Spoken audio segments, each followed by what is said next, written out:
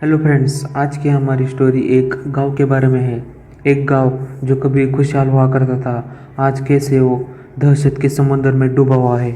तो चलिए फ्रेंड्स, हमारी स्टोरी हम शुरू कर देते हैं। रामपुर एक बहुत ही खुशहाल और संपन्न गांव था। उस गांव में बड़े बड़े उद्योगपति और व्यापारी रहते थे। गांव के लोगों के पास आलीशान बंगलो थे। बच्चों के लिए गांव में बहुत ही अच्छा स्कूल था।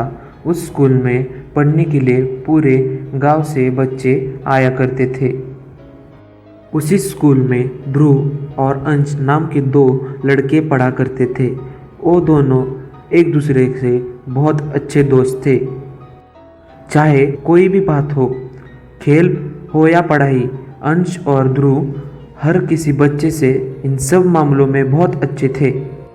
देखा जाए तो रामपुर एक बहुत ही अच्छा गांव था, पर जैसे कि आप सब लोगों को पता है, अच्छी चीज़ों को नज़र लगते देर नहीं लगती। तो रामपुर में एक दिन ऐसी ही डरावनी घटना घटती है। रात के अंधेरे में एक अनजान आदमी जंगल की तरफ से रामपुर में दौड़ा चला आता है और वो बहुत ही ज़्यादा घबराया हुआ होता है। उस भागते हुए अनजान आदमी को देखकर एक रामपुर रहवासी उसे पूछता है, अरे भाई क्या हुआ, तुम ऐसे क्यों दौड़ रहे हो? घबराते हुए वो अनजान आदमी कहता है, मुझे मुझे आपके जंगल में किसी ने तो पकड़ने की और कैद करने की कोशिश की।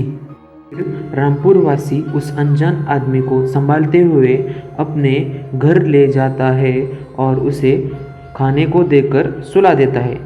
और अगले दिन क्या, रामपुर में खबर आती है कि जंगल में जाने वाले उनके 6 लोग गायब हो गए हैं। और क्या, ये खबर सुनकर रामपुर वासी बहुत ही ज़्यादा घबरा जाते हैं और दहशत में आ जाते हैं। रामपुर के डरे हुए लोगों को देखकर पुलिस इंस्पेक्टर सभी गाँव वालों को सूचना देते हैं कि कोई भी जंगल की तरफ नहीं जाएगा। फिर वो पुलिस इंस्पेक्टर लोगों को बताए दे है कि हम पहले जांच करेंगे और फिर आप लोगों को बताएंगे कि हुआ क्या है। और क्या, फिर उस दिन से गांव के लोगों को उस जंगल से डरावनी और बहुत ही बड़ी बड़ी आवाज़ें आने शुरू होती है। और क्या, लोग जंगल में जाने से भी क्या, उसकी तरफ देखने से भी डरने लगते हैं और वहाँ जाना बंद ही कर देते हैं। पर जंगल में न जाने के कारण कुछ लोगों को बहुत ही ज़्यादा नुकसान होना शुरू हो जाता है।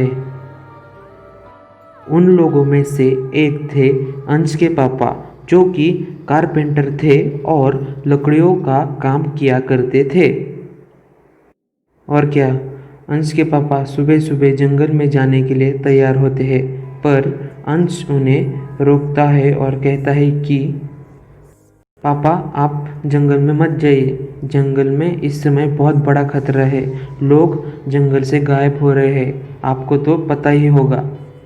उस पर ध्रुव के पापा कहते हैं, अरे बेटा, मैं जंगल में जाऊंगा ही नहीं तो लकड़ियाँ कहाँ से लाऊंगा? मैं बिजनेस कैसे करूंगा? बेटा, तुम मेरी चिंता मत करो, तुम स्कूल जाओ, मैं लकड़ियाँ लेकर दोपहर तक वापस आ जाऊंगा, तुम स्कूल जाओ। और ऐसा कहकर अंश के पापा जंगल की तरफ चल पड़ते हैं और अंश चुपचाप से स्कूल में चला जाता है।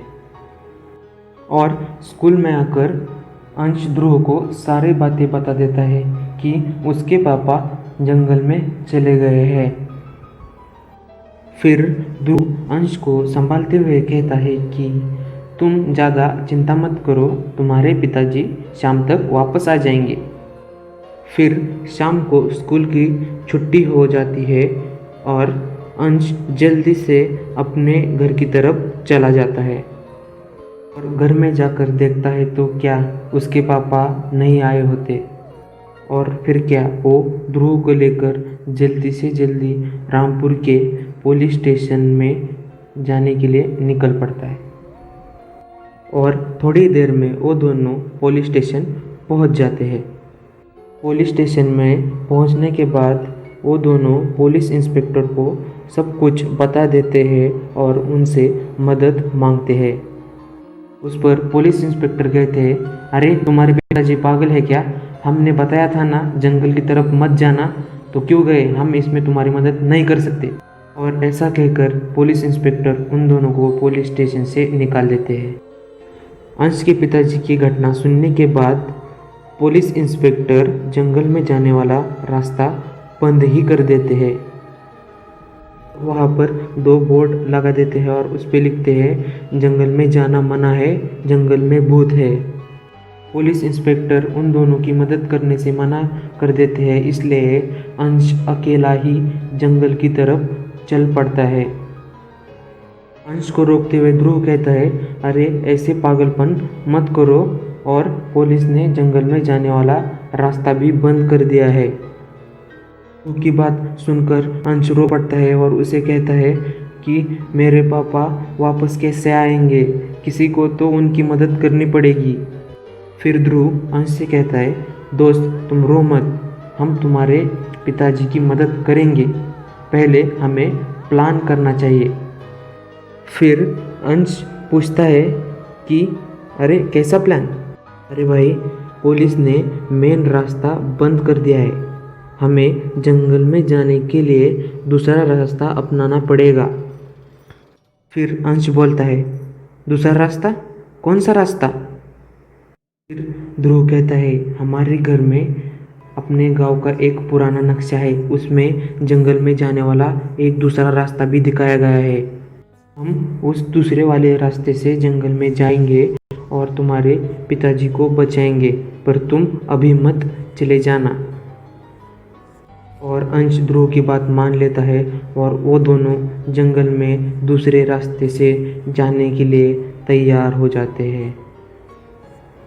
सो फ्रेंड्स, ये वाली स्टोरी आप लोगों को कैसी लगी वो बताना, और इस स्टोरी का नेक्स्ट पार्ट जल्द ही आ जाएगा। तो फ्रेंड्स, स्टोरी अच्छी लगी हो तो सब्सक्राइब कर देना और नोटिफिकेशन ऑन कर देना, इससे आपको इस स्टोरी का अगला पार्ट आते ही पता चल जाएगा। Thank you.